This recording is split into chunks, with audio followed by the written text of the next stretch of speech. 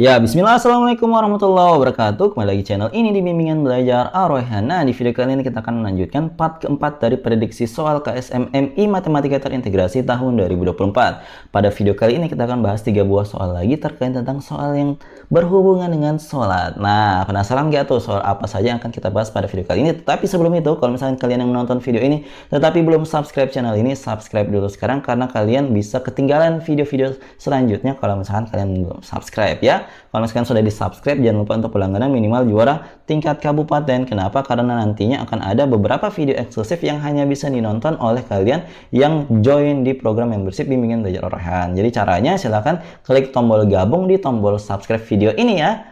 Jadi kalau misalkan juga kalian lagi nyari PDF soal pembahasan KSMMI tahun lalu 2023 tingkat kabupaten kota bidang matematika terintegrasi yang bisa saja menjadi soal uji coba untuk tahun ini. Jadi kalau misalkan kalian pengen tahu pembahasan-pembahasannya terus bagaimana kita bisa mengerjakannya dengan cepat dan juga materi-materinya apa saja yang bisa keluar di situ, kalian bisa memilikinya dengan harga 75.000 saja untuk 100 orang pembeli pertama. Jadi ini masih berlaku ya, walaupun di sini tulisannya 12 sampai 31 Mei, ini kami masih berlakukan promonya. Silahkan hubungi sekarang dan dapatkan bonus-bonus dari kami ya. Oke, kita mulai pembahasan pada video kali ini dari soal nomor 10 ya. Kita baca dulu soalnya bersama-sama. Sahrul berniat untuk menghafalkan surah Al-Baqarah. Dia membuat rencana untuk menghafalkan 1 ayat setelah sholat fardu setiap harinya.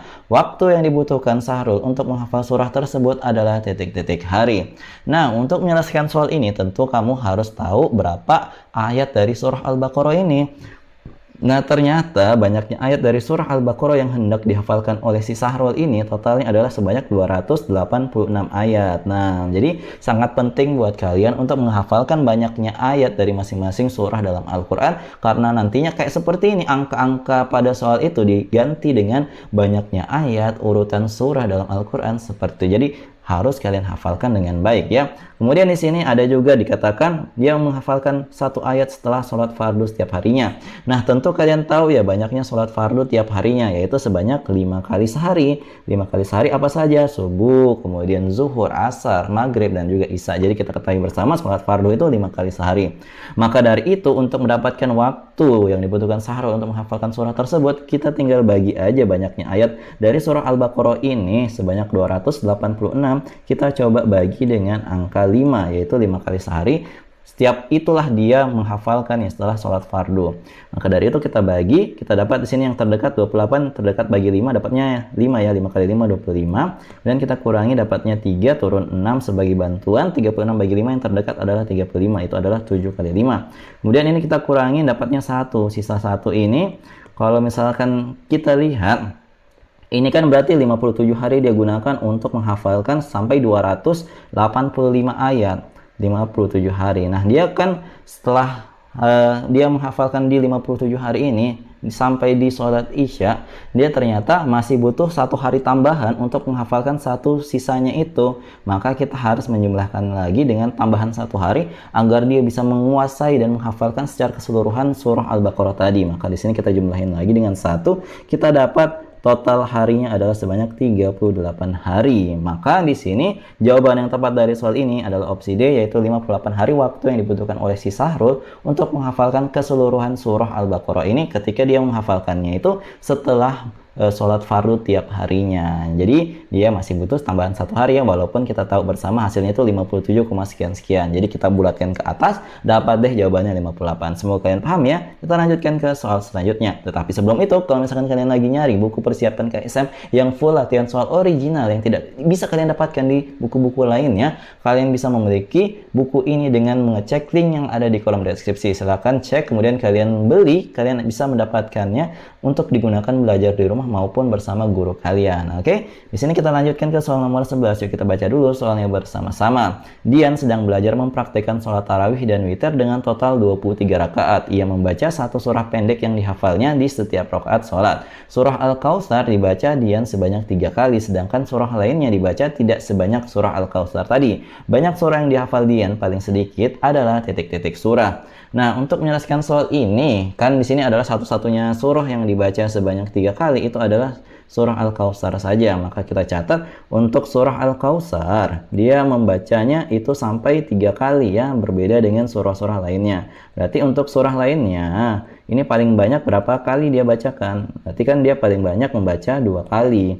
Nah, karena kita mau mencari yang paling sedikit banyak surah yang dihafal oleh si Dian ini, maka tentunya ini pertama 23 total dari tarawih dan witir kita kurangi dengan untuk surah Al-Kautsar, kita kurangi akan tersisa 20 rakaat. Jadi dia perlu membaca 20 kali surah pendek lagi. Nah, karena di sini paling banyak surahnya yang lainnya itu selain Al-Kautsar dibaca 2 kali, maka kita coba bagi dengan 2. Karena kita asumsikan bahwa seluruh surah yang dihafalkan oleh si Dian ini maksimalnya itu adalah 2 kali dia bacakan. Maka kita bagi, kita akan mendapatkan hasilnya 10. Maka di sini kita peroleh 10 surah pendek selain Al-Kautsar yang dihafalkan. Berarti kan kita tambah dengan surah Al-Kautsar, berarti totalnya berapa? Jadi totalnya adalah sebanyak 11 surah pendek paling sedikit yang dihafalkan oleh si Dian. Sehingga jawaban yang tepat dari soal ini adalah opsi B, yaitu banyak surah yang dihafal Dian paling sedikit adalah sebanyak 11 surah. Seperti itu.